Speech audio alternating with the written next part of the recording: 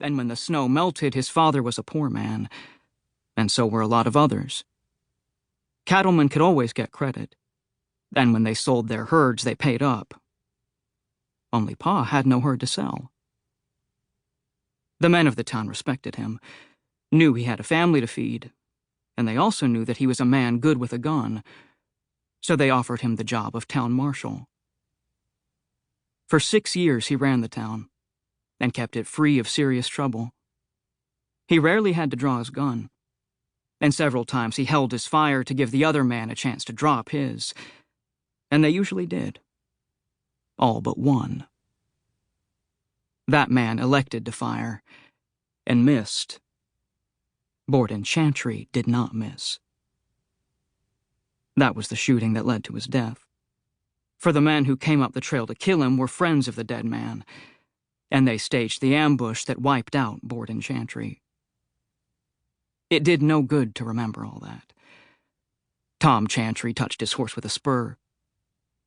It would soon be light, and he wanted to be far away before they discovered he was gone.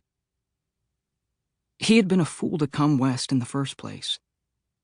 Both Ma and Doris had tried to talk him out of it.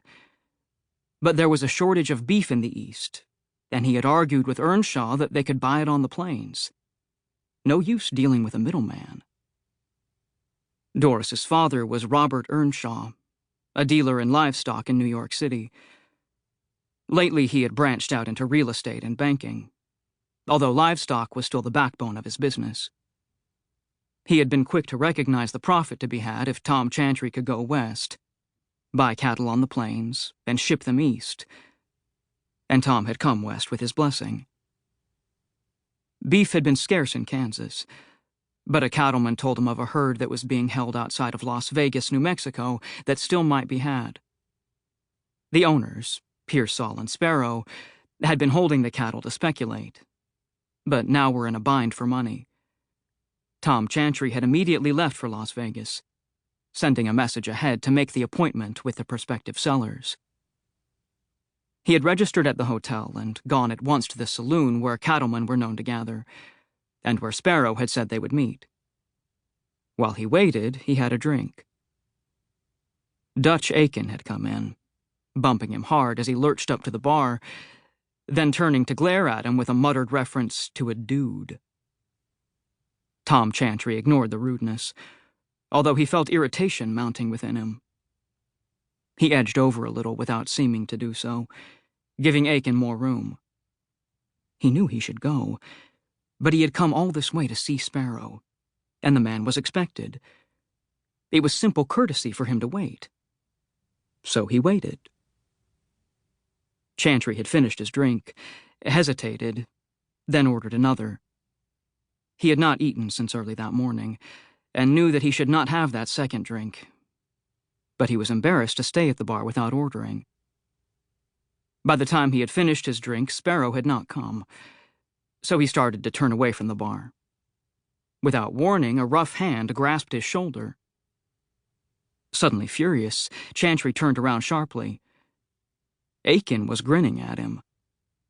"Dude, didn't you hear me? I invited you to drink with me." "Sorry, I didn't hear, but I've had enough, thank you." "I've had enough, thank you." Akin put his hand on his hip and aped the words in a falsetto. Then his voice changed. "I'll tell you when you've had enough. Now belly up to the bar and drink." "No." The room was quiet. Every eye was on them. The drunken man suddenly seemed to be no longer drunk. "When Dutch Akin invites a man to drink, he damn well better drink," Akin said evenly. "You drink, mister." "No." It was foolish. A ridiculous situation. Tom Chantry was irritated with himself for remaining long enough to get involved, but there was no help for it now.